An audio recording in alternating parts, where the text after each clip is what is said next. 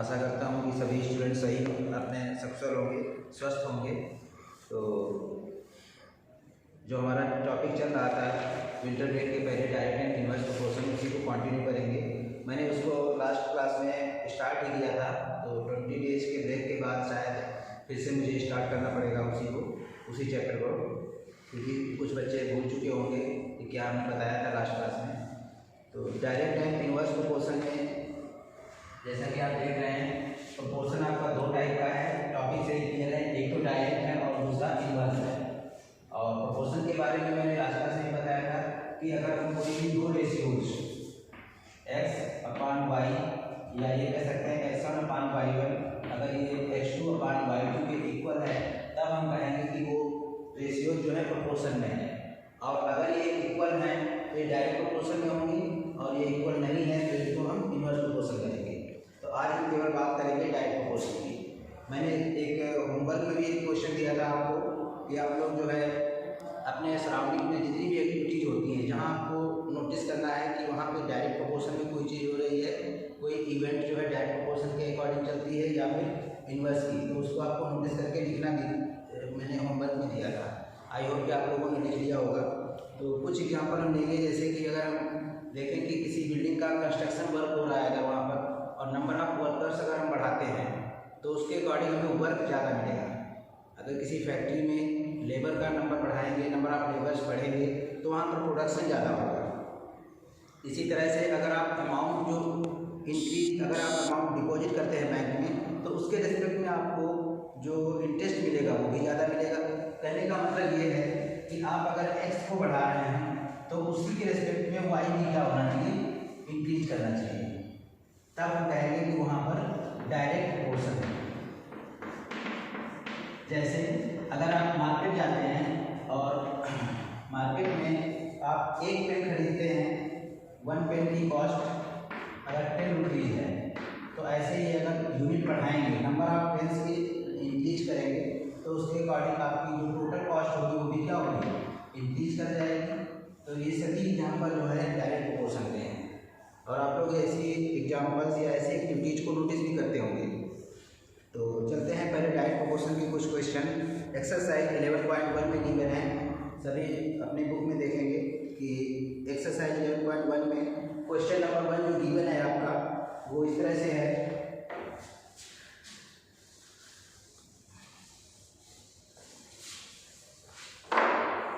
Exercise 11.1 जिसमें आपको दिया हुआ है जब आर्स क्वेश्चन नंबर 1 में, और उसके रिस्पेक्ट में पार्किंग चार्जेज हैं। 4 आवर्स का आपको गिवन है 60 रुपीज़ बुक में, एंड 8 आवर्स का 120 रुपीज़। इसी तरह से 12 आवर्स का 140 रुपीज़।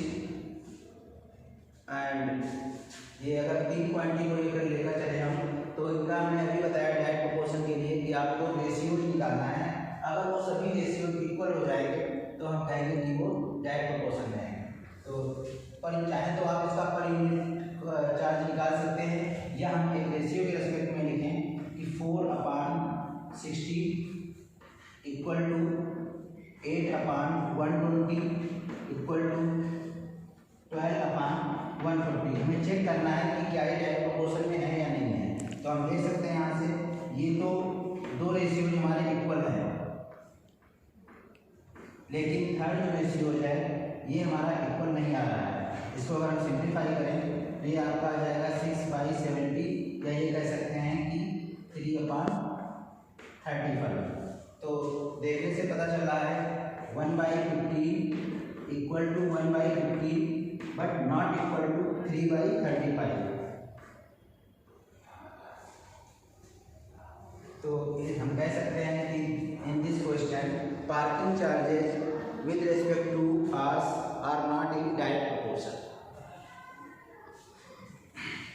आई होप आपको समझ आ गया होगा। क्वेश्चन नंबर 2 देखें अपनी बुक में। A mixture of red pigment is prepared by mixing 1 part of red pigment with 8 part of base. Find out the part of base needed to be added. तो आपको इसमें एक टेबल गिवन है जिसमें आपको part of red pigment given है और second row में आपको बेस दिया हुआ है। इस टेबल को हमें फिल करना है according to direct proportion.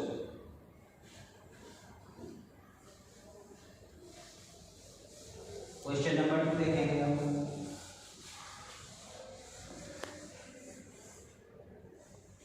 Question number 2 में आपको एक टेबल दी हुई है इस तरह से।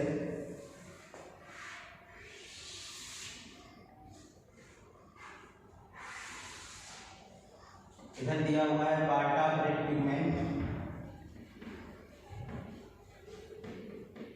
और दूसरी रो में है base.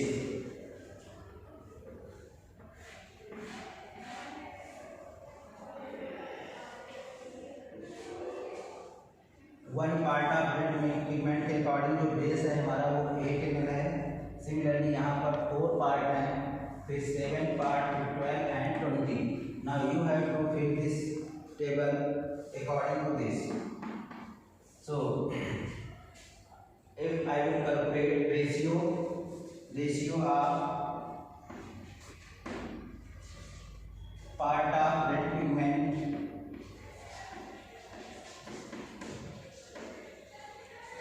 To base, first column के लिए क्या होगा 1/8 part of red pigment to the base. Ratio क्या होगा 1/8 and this ratio will be equal for direct proportion in all cases. So we will equate 1/8 equal to 4 upon, you have to calculate this